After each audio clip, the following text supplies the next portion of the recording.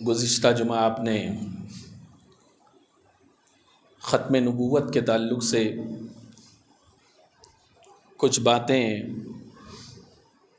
آپ نے سماعت کی تھی، اسی سلسلے کو میں آگے بڑھانے کی کوشش کروں گا۔ اللہ تبارک و تعالی مجھے حق کہنے، آپ لوگوں کو حق سننے اور ہم سب کو اس پر عمل کرنے کی توفیق عطا فرمائے۔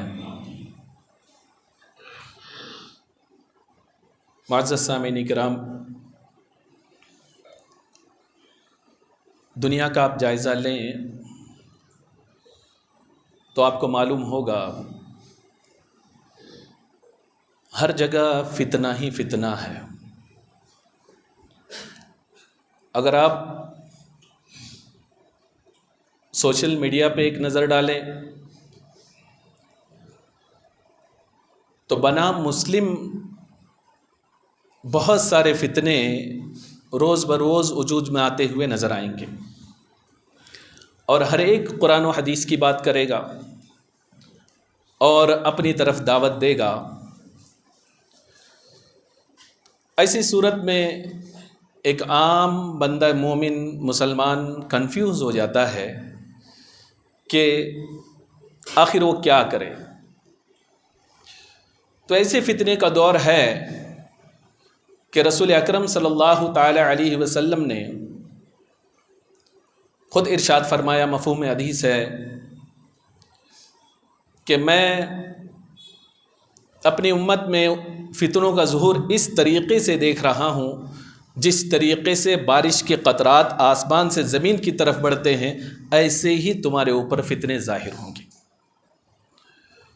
اب آپ سوچیں، ویسے تو دنیاوی لحاظ سے بھی بے شمار فتنے ہیں، لیکن ہماری گفتگو کا محور بنام دین کے، اسلام کے نام پر جو فتنے کا ظہور ہوا ہے اس کے تعلق سے ہے۔ یہی وجہ ہے مسند الفردوس میں ایک حدیث نقل ہے کہ اس میں رسول اکرم صلی اللہ تعالی علیہ وسلم نے ارشاد فرمایا، ایک زمانہ وہ آئے گا کہ جس میں مسجدیں نمازیوں سے بھری ہوگی لیکن اس میں کوئی بھی مومن نہیں ہوگا۔ حیرت کی بات ہے، مسجد کس کے لیے بنائی جاتی ہے؟ مسلمانوں کے لیے، نماز ادا کرنے کے لیے۔ یعنی اب آپ سوچیں، فتنوں کا ظہور اس قدر ہوگا، آدمی لباسن مسلمان لگے گا، ادا کرتے ہوئے اگر آپ اس کی ایکٹنگ کو دیکھیں گے تو آپ کو مسلمان لگے گا، اس کے سجدہ اور رکوع کو دیکھیے آپ مسلمان سمجھیں گے۔ اس لیے کہ ایک زمانہ وہ تھا کہ جو شخص مسجد کی طرف بڑھتا تو اس کی ایمان کی گواہی دی جاتی تھی، اور حدیث میں بھی یہ مفہوم ملتا ہے۔ لیکن ایک زمانہ وہ آئے گا کہ مسجدیں تو بھری ہوں گی، نمازیں بھی ادا کی جائے گی، ہر کوئی سجدہ کرتا ہوا نظر آئے گا، لیکن سرکار فرماتے ہیں کہ کوئی بھی مومن نہیں ہوگا۔ تو بات یہ سمجھ میں آئی کہ بظاہر تو مسلمان ہوگا لیکن اس کے دل میں ایمان نہیں ہوگا۔ اب آپ خود سوچیں کتنا بڑا فتنہ ہوگا۔ ایسے ہی مسلم شریف کی حدیث میں ہے، سرکار دو عالم صلی اللہ علیہ وسلم نے ارشاد فرمایا، علامت قیامت میں سے ایک علامت یہ ہے کہ بندہ صبح کو مسلمان ہوگا اور شام کو کافر ہو جائے گا، شام کو مسلمان ہوگا، صبح کو کافر ہو جائے گا۔ تب آپ سوچیں کہ ایمان جو ہے بچانا اس قدر مشکل ہو جائے گا، اس قدر مشکل ہو جائے گا کہ آدمی بہت ساری باتوں کو سنے گا اور اللہ نہ کرے اپنے ایمان کو دے بیٹھے گا۔ ہو یہی رہا ہے، اسلام کے نام پر ہر کوئی بلاتا ہے، ٹی وی میں بیٹھ کر، یوٹیوب میں بیٹھ کر، اور دلائل قرآن و حدیث کی دیتا ہے کہ جس کو آدمی سنتا ہے اور سننے کے بعد اللہ خیر کرے اپنے ایمان کو وہ بیچ دیتا ہے، داؤ پر لگا دیتا ہے۔ تو ایسی صورت میں ہمیں چاہیے ہر کسی کی نہ سنیں، اپنے ایمان کی حفاظت کریں۔ آپ دیکھیں کہ جو دین ہمیں بزرگان دین اور سلف صالحین کے ذریعے ہمیں ملا قرآن و حدیث کی روشنی میں، وہی حقیقتاً دین ہے، اور اہل سنت والجماعت یقیناً حقیقتاً یہی جو ہے سچا مذہب ہے۔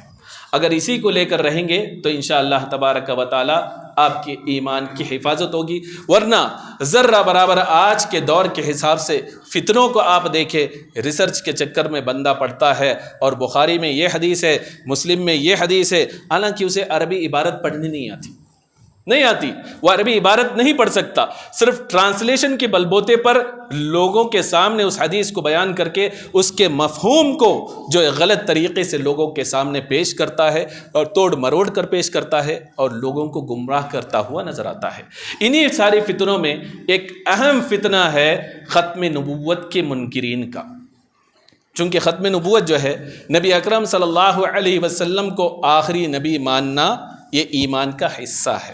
سب کچھ کرے لیکن اس کو نہ مانے تو بندہ مومن نہیں ہو سکتا۔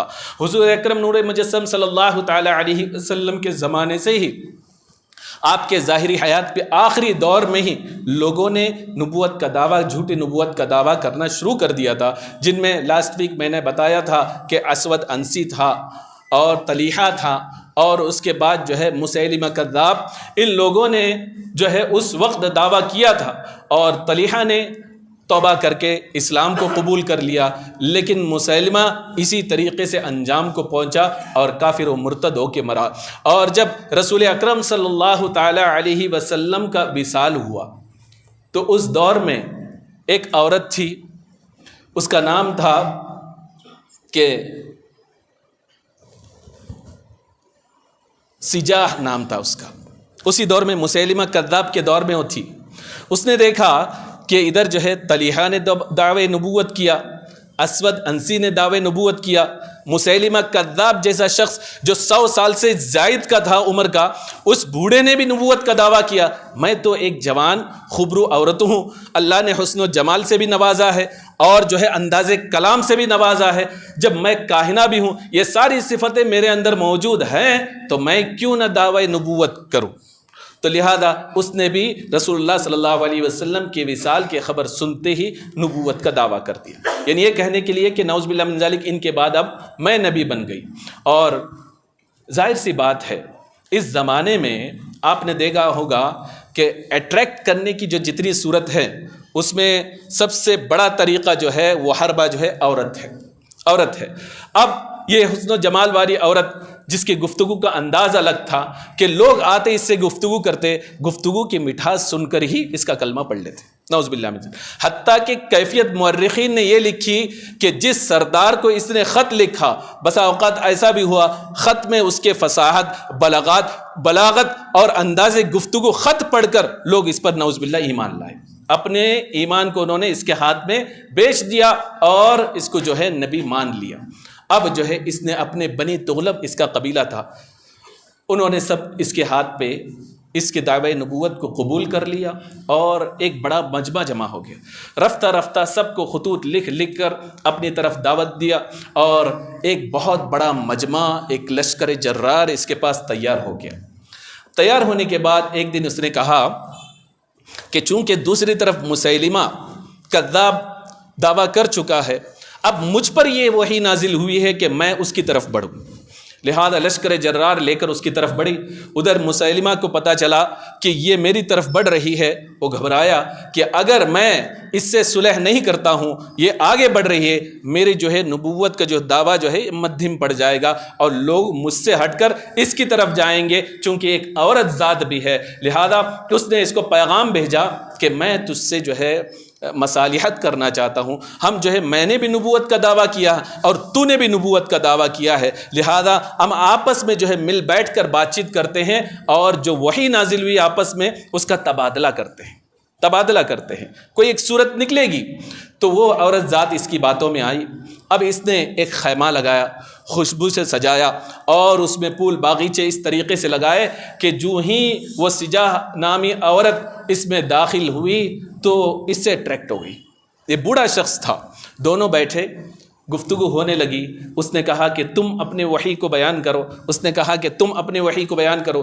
چونکہ یہ شخص بوڑھا تھا، چالاک بھی تھا اور اس کے پاس بھی جو ہے انداز کلام اور فصیح و بلیغ آدمی تھا، کاہن بھی تھا، ایسی صورت میں اس نے بہت ہی مسجع ایسے الفاظ عربی کے شاعری کی صورت میں اس کے سامنے رکھے کہ اس کا دل پسیج گیا۔ اب اس نے کہا کہ تم سناؤ. اب وہ اندازہ لگا لی کہ یہ مجھ پر بھاری ہے. کہتی رہی کہ تم اپنے وحی کو سناتے جاؤ. یہ سناتا رہا یہاں تک کہ وہ عورت جو ہے سرنڈر ہو گئی اور اس نے کہا کہ اگر تم مجھ سے نکاح کرنا چاہتے ہو تو نکاح کر سکتے ہو. فوراً یہ بول پڑا, اس سے بڑھ کر اور موقع کیا مل سکتا ہے. کہا کہ ابھی مجھ پر یہ وحی آئی ہے, نعوذ باللہ من ذالک, حکم آیا کہ میں تم سے نکاح کروں. اور فوراً آپس میں دونوں بغیر گواہ کے دونوں نے نکاح کر لیا. اور اسی خیمے میں 3 دن تک نعوذ باللہ من ذالک یہ زنا کرتے رہے. اور اس کے دونوں کے چیلے آتے رہے اور دروازہ کھٹکھٹاتے رہے, آواز دیتے رہے. ہر بار یہ آواز آتی کہ ابھی وحی کا نزول ہو رہا ہے, تم لوگ باہر رکو, ابھی وحی کا نزول ہو رہا ہے, تم لوگ باہر انتظار کرتے رہو. 3 دن تک یہ اس طریقے سے کرتے رہے. اس کے بعد یہ عورت جو ہے باہر نکلی. نکلنے کے بعد اپنے ماننے والوں سے کہا کہ چونکہ وحی آ چکی تھی اس لیے جو ہے میں نے اس سے نکاح کر لیا ہے. اب یہ نکاح خفیہ طور پر تھا تو اس کے لوگ دلی طور پر بدظن ہو گئے اس سے, لیکن کچھ کہا نہیں. اتنا اس سے پوچھا کہ نکاح تو ہو گیا لیکن نکاح میں مہر بھی تو ہے. چونکہ ظاہری طور پر جو ہے ان کے یہاں چونکہ انہوں نے اسلام کو دیکھ چکے تھے اسلام کو, تو بہت ساری باتیں انہوں نے اسلام کی اپنائی تھی. اور بہت ساری باتیں ایسی تھی جیسے کہ اسود انسی تھا, وہ ایک خدا واحد کی عبادت کی دعوت دیتا تھا اور اپنے گدھے کو بھی یہی حکم دیتا تھا, اسجد لربک, اپنے رب کو سجدہ کرو. حکم اللہ کی طرف ہی وہ بلاتا تھا. لہذا ایسے لوگوں کو اپنے جھانسے میں لیا. اب لوگوں نے, اس کے ماننے والوں نے سجا سے پوچھا کہ نکاح تو کر لیا لیکن مہر کہاں ہے. وہ حیران رہ گئی, یہ تو میں بھول ہی گئی. اب دوبارہ واپس گئی. جانے کے بعد اس سے کہا کہ میرا مہر کیا ہے. اب وہ باہر نہیں آیا.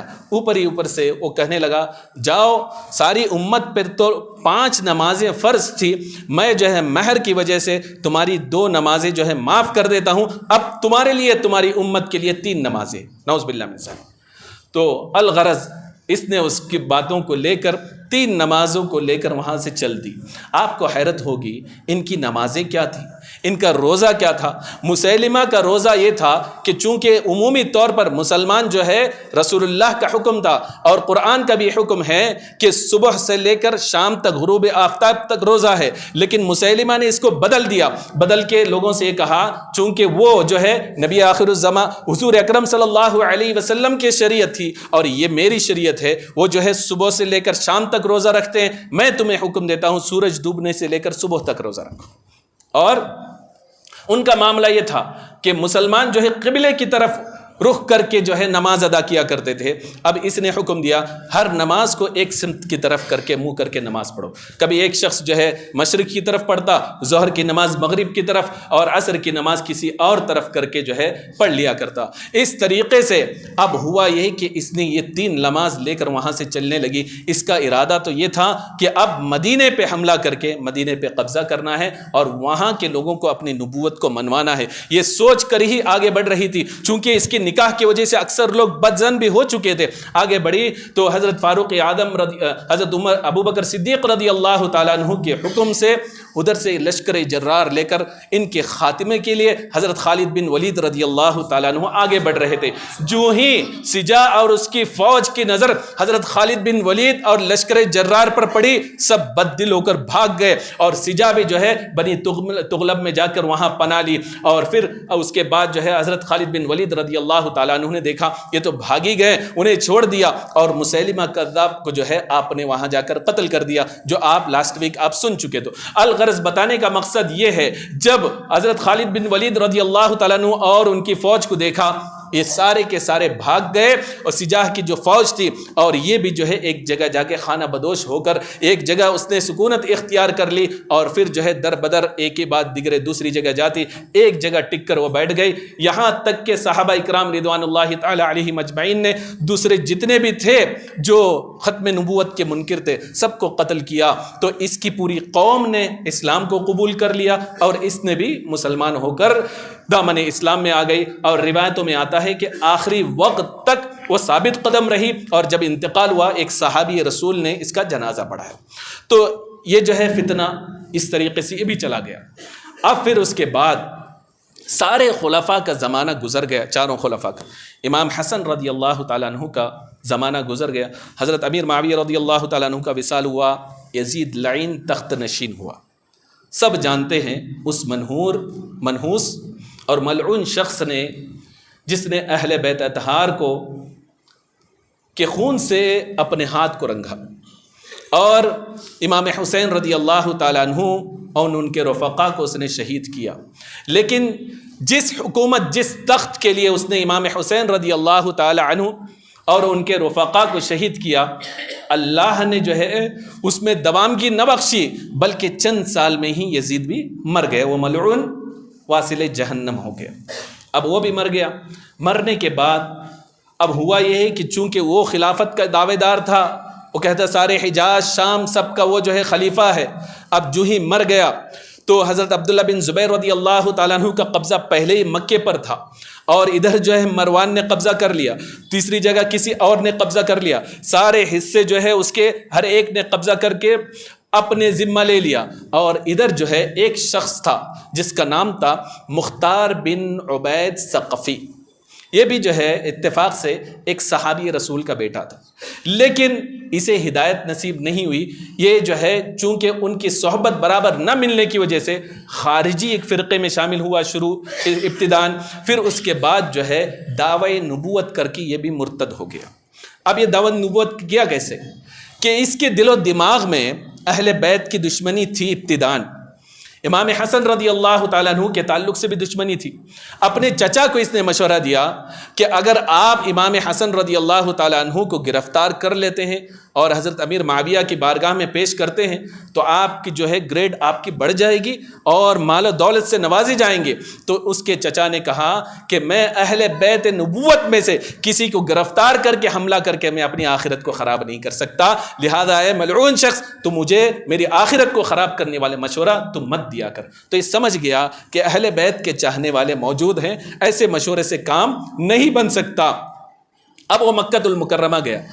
حضرت عبداللہ بن زبیر رضی اللہ تعالیٰ عنہ کی حکومت تھی، آپ نے بھی اس پر توجہ نہیں دی، لیکن اس نے لوگوں کا جائزہ لیا اور اسے پتہ چلا چونکہ حال ہی میں امام حسین اور رفقا شہید ہوئے ہیں، لوگوں میں یزید کے خلاف ایک غم و غصہ ہے، بنو امیہ کے خلاف غم و غصہ ہے، اس کا فائدہ اٹھا لینا چاہیے. لہذا وہ مکے سے جو ہے کوفے کی طرف بڑھا اور لوگوں کو دعوت دیتا رہا کہ حضرت علی کرم اللہ وجہہ الکریم کے شہزادے محمد بن حنفیہ جو حضرت فاطمہ سے نہیں دوسرے سے ہیں، تو ان کا نام لے کر جو ہے مثنوی خط بنایا اور کہا کہ مجھے انہوں نے بھیجا ہے کہ میں تم سے جو ہے بیعت لوں اور میں ان کا وصی ہوں. اس طریقے سے اس نے اہل بیت اطہار کی جو ہے محبت کو ظاہر کر کے اس نے لوگوں کو اپنا بنانا شروع کیا.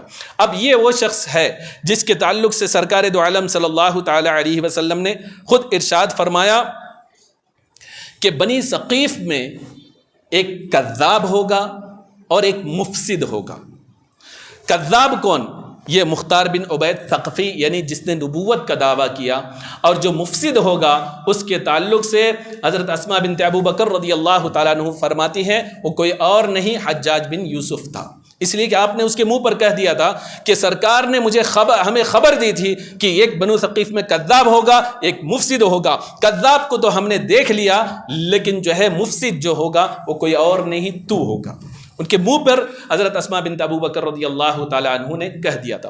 اور دوسری حدیث میں جو امام حاکم نے نقل کیا، سرکار دو عالم صلی اللہ تعالیٰ علیہ وسلم نے ارشاد فرمایا کہ ایک فتنہ ظاہر ہوگا، یعنی ایک شخص مفسد شخص ظاہر ہوگا کذاب، جسے لوگ دیکھ کر عارف باللہ سمجھیں گے یعنی اللہ والا سمجھیں گے، لیکن وہ ایسا دجال ہوگا کذاب ہوگا کہ وہ کالی بھیڑیوں سے بھی زیادہ خطرناک ہوگا اور اہل بیت کی محبت ظاہر کر کے لوگوں کو کھا جائے گا، یعنی لوگوں کی ایمان کو برباد کر دے گا. سرکار دو عالم صلی اللہ تعالی علیہ وسلم ارشاد فرماتے ہیں حالانکہ اس کو میری سنت سے دور دور کا بھی واسطہ نہیں ہے، یعنی وہ کذاب ہوگا اور وہ دعویٰ کیا کرے گا؟ اہل بیت نبوت نبی صلی اللہ علیہ وسلم کی محبت کا دعویٰ کرے گا اور یہی اعلان کر کے لوگوں کی ایمان کو لوٹے گا. ہوا یہی کہ اس نے یہ کہا کہ لوگوں کو اہل بیت نبوت کی محبت کی دعوت دی، لوگ جمع ہونے لگے، یہاں تک کہ کوفہ کا جو حاکم تھا سارے لوگوں نے مل کر اس حاکم کو نکال دیا، کوفہ پر قبضہ کیا اور رفتہ رفتہ حجاز کے جو ہے بہت سارے علاقوں پر اس نے قبضہ کر لیا. قبضہ قبضہ کر لیا، اور قبضہ کرنے کے بعد اس نے سوچا کہ اب لوگوں کو اپنا حقیقی ہمنوا کیسے بنائے۔ اس کے ذہن میں بات تھی کہ اس زمانے میں لوگوں کے ذہن و دماغ میں امام حسین رضی اللہ تعالیٰ عنہ کی شہادت بسی ہوئی ہے، اور بدلے کی آگ ان کے دل میں امنگیں لے رہی ہیں۔ لہذا اس نے کہا اب ہم سب سے پہلا کام یہ کریں گے، جو بھی امام حسین رضی اللہ تعالیٰ عنہ کے ساتھ جنگ میں شریک تھا اسے چن چن کر ہم نے قتل کرنا ہے۔ لہذا اس نے کیا یہی ہی، ایک ایک کو پکڑ کر اس نے قتل کرنا شروع کر دیا۔ جب پورے حجاز میں بات پھیلی کہ مختار بن عبید ثقفی اتنا اچھا کام کر رہا ہے، اہل بیت نبوت کے تعلق سے وہ جو ہے عقیدت پھیلا رہا ہے اور دشمنوں کو جو ہے قلع قما کر رہا ہے، تو لوگ جوق در جوق اس کے پاس آنے لگے، یہاں تک کہ عبید اللہ بن زیاد جس کے پاس جو ہے 60,000 کے لشکر جرار کے ساتھ آیا، اس کے پاس جو ہے مختار بن عبید ثقفی کے پاس صرف جو ہے 7,000 کی فوج تھی، لیکن یہ جیت گیا۔ حیرت ہوگی آپ کو، اس کے ہتھ کنڈے ایسے تھے، نبوت کا تو دعویٰ تو کر دیا، جب یہ بدلہ لینا شروع کیا لوگ اس کے ساتھ جمع ہونے لگے، یہاں تک کہ اس کی تعریفیں کرنے لگی کہ اللہ نے آپ سے ایسا کام لیا جیسے کہ نعوذ باللہ من ذالک نبیوں سے لیا کرتا ہے۔ اس کے ذہن میں بات بیٹھ گئی اور اس نے رفتہ رفتہ نبوت کا دعویٰ کر دیا اور کہا اپنے نام کے ساتھ مختار رسول اللہ کر کے واضح طور پر یہ لکھا کرتا تھا، اور پھر رفتہ رفتہ آگے بڑھتے ہوئے یہ بھی کہہ دیا نعوذ باللہ من ذالک کہ اللہ تبارک و تعالی بسا اوقات مجھ پر حلول کرتا ہے، یعنی میرے اندر نعوذ باللہ داخل ہو جاتا ہے، نعوذ باللہ من ذالک۔ اس طریقے کی عقیدت اس نے گڑھنے لگا اور جو ہے ابن زیاد کے جنگ میں وہ جیت گیا۔ جیتنے کی صورت کیا تھی آپ دیکھیں، یہ سٹوری سنانے کا مقصد کیا ہے؟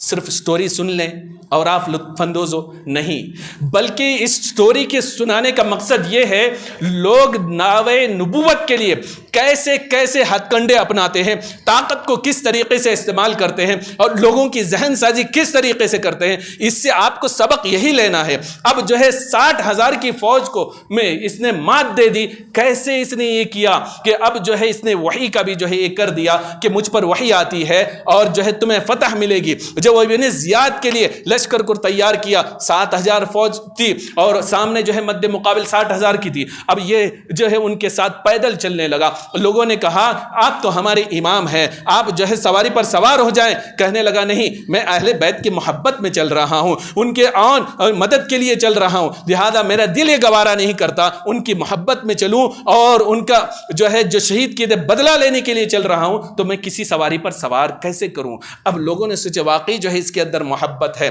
پھر جب ان کو رخصت کرنے لگا تو کہا اس نے کہ جس طریقے سے بدر و احد میں اللہ تبارک و تعالیٰ نے مسلمانوں کی مدد فرمائی تھی، ایسے ہی میں یہ کہتا ہوں کہ اس جنگ میں بھی اللہ تبارک و تعالیٰ فرشتوں کے ذریعے تمہاری مدد فرمائے گا۔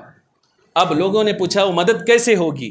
اس نے کہا کہ اگر تمہارے اوپر کبوتر اڑتے ہوئے نظر آئیں، منڈلاتے ہوئے نظر آئیں، تو سمجھ جانا یہ کبوتر نہیں بلکہ اللہ نے فرشتوں کو تمہاری مدد کے لیے بھیجا ہے۔ اب بیوقوف بنا کے بھیج دیا۔ لوگ گئے، جو ہی جنگ کے میدان میں پہنچے، ادھر چند غلاموں کو بلایا اور بہت سارے کبوتروں کو اکٹھا کیا، کہا کہ جاؤ جنگ کے میدان سے دور رہنا، جو ہی جنگ کا طبل بج جائے تو ان سارے کبوتروں کو اس طرف جو ہے بھیج دینا، اڑا دینا اور جو ہے تم وہاں سے نکل جانا۔ لہذا جنگ شروع ہوئی، انہوں نے کبوتر کو جو ہے اس طرف سے اڑا دیا، تو لوگوں نے یہ سمجھا کہ کبوتر نہیں بلکہ آسمان سے فرشتے اترے ہیں اور بہادری کے ساتھ لڑنا شروع کیا۔ 60,000 کی فوج کو انہوں نے مات دی تھی۔ اب آپ دیکھیں نبوت کا دعویٰ کرنے والے نے کیسے لوگوں کو بیوقوف بنایا اور جو ہے ایک عظیم جنگ کو اس نے جو ہے میدانی جنگ میں کامیابی کے لیے کیا حربہ اپنایا، اور ایسے ہی نہیں بہت سارے حربے اس نے اپنائے۔ اور اس کے علاوہ ایک شخص تھا، اس نے سوچا یہ سب کو بیوقوف بناتا ہے تو مجھے بھی چاہیے کہ میں اس کو بیوقوف بناؤں۔ اس کے پاس ایک پرانی کرسی تھی، سوچا کہ میرے پاس کچھ بھی نہیں ہے دولت، 1 دینار و درہم بھی نہیں ہے، مجھے جو ہے مختار بن عبید ثقفی سے دینار وصول کرنا ہے۔ اب وہ جا کے کہنے لگا میرے پاس ایک چیئر ہے پرانی جو حضرت علی کا چیئر ہے، علی کی کرسی ہے، وہ اس میں بیٹھ کر فیصلہ کیا کرتے تھے، ایک عرصے تک آپ نے اس میں جو ہے اس پہ بیٹھا کرتے تھے۔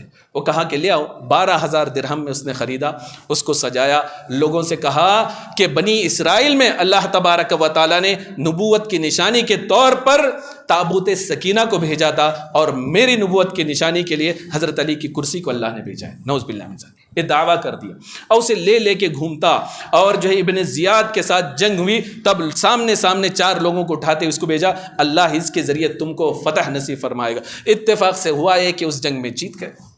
تو اب جو ہے بہت سارے لوگوں نے نعوذ باللہ من ذالک اس کا کلمہ پڑھنا شروع کر دیا۔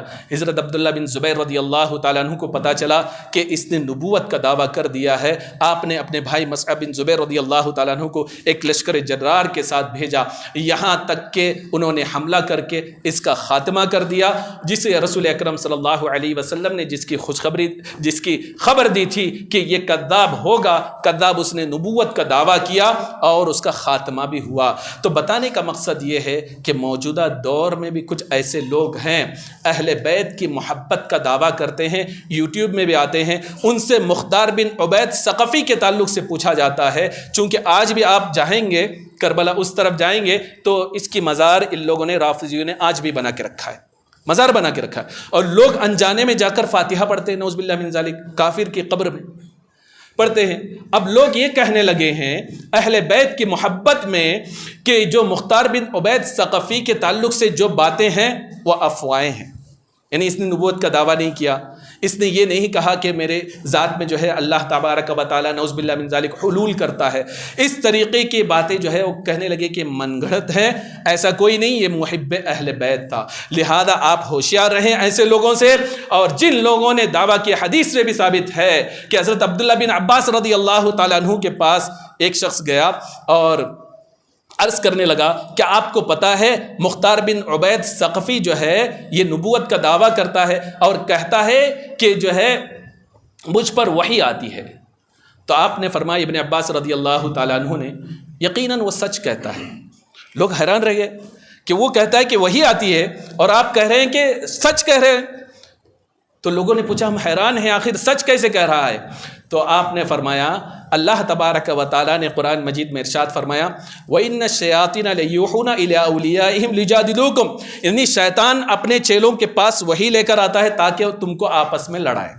تو وحی اللہ کی جانب سے نہیں بلکہ وہ شیطان کی جانب سے آتی ہے، جسے اس نے خدا مان لیا ہے، وہ جو کہہ رہا ہے اپنے لحاظ سے صحیح کہہ رہا ہے۔ تو یہ فتنہ، میں حیرت ہوئی پڑھ کے کہ 300 ہجری تک تقریباً 15 سے 16 لوگوں نے نبوت کا دعویٰ کیا، اور اس دور کے حاکم لوگوں نے اس کو جو ہے ان کو قتل کر دیا۔ لیکن اس طریقے سے ایک لمبی فہرست ہے۔ رسول اکرم صلی اللہ علیہ وسلم نے ایک روایت میں 30 دجال اور کذاب کے تعلق سے فرمایا کہ دجال کے علاوہ 30 لوگ ایسے ہوں گے جو نبوت کا دعویٰ کریں گے، اور ایک روایت میں بھی فرمایا 27 لوگ دجال کذاب ہوں گے اور ان میں سے 4 عورتیں ہوں گی۔ لہذا عورتوں نے بھی نبوت کا دعویٰ کیا اور مردوں نے بھی کیا۔ ایک تسلسل اس دور سے چل کر آج کے دور تک وہ فتنہ قادیانی احمدی کی صورت میں آج بھی موجود ہے، اور لوگوں کے درمیان یہ فتنہ پھیلتا ہوا نظر آ رہا ہے۔ تو آپ سوچیں گے کہ ایک شخص آپ کے پاس آتا ہے اور کہتا ہے کہ فلاں شخص جو ہے نبی ہے، تو ظاہر سی بات ہے کوئی بھی نہیں مانے گا، اس لیے کہ ہر ایک کو پتہ ہے کہ نبی آخر الزمان حضور محمد رسول اکرم صلی اللہ علیہ وسلم آخری نبی ہے۔ تو ہم اس کی نبوت کو تسلیم کیسے کریں گے؟ تو میں آپ کو بتاتا چلوں کہ تسلیم کوئی آسانی سے نہیں کرتا، اس لیے کہ آنے والا یہ کہہ کر نہیں آتا کہ میں جو ہے نبی ہوں، آنے والا یہ کہہ کر نہیں آتا کہ میں رسول ہوں، بلکہ ایسے ہتھ کنڈے اپناتا ہے کہ جس کی وجہ سے آدمی جو ہے اس کی باتوں میں آ کر اپنے ایمان سے ہاتھ دھو بیٹھتا ہے۔ جیسا کہ مسیلمہ کذاب نے یہ نہیں کہا تھا کہ میں نبی ہوں، بلکہ اس نے ظاہری طور پر نبی ہونے کا دعویٰ کیا، لیکن اس میں یہ بھی اس نے ذات میں جوڑ دیا کہ محمد عربی صلی اللہ علیہ وسلم نے مجھے اپنی نبوت میں شریک کیا ہے، یعنی وہ نبی تو ہے، اس کے منکر ہم نہیں ہیں، لیکن نبوت میں مجھے انہوں نے شریک کر لیا ہے۔ اس طریقے سے نئے نئے ہتھ کنڈے اپنائے جاتے ہیں،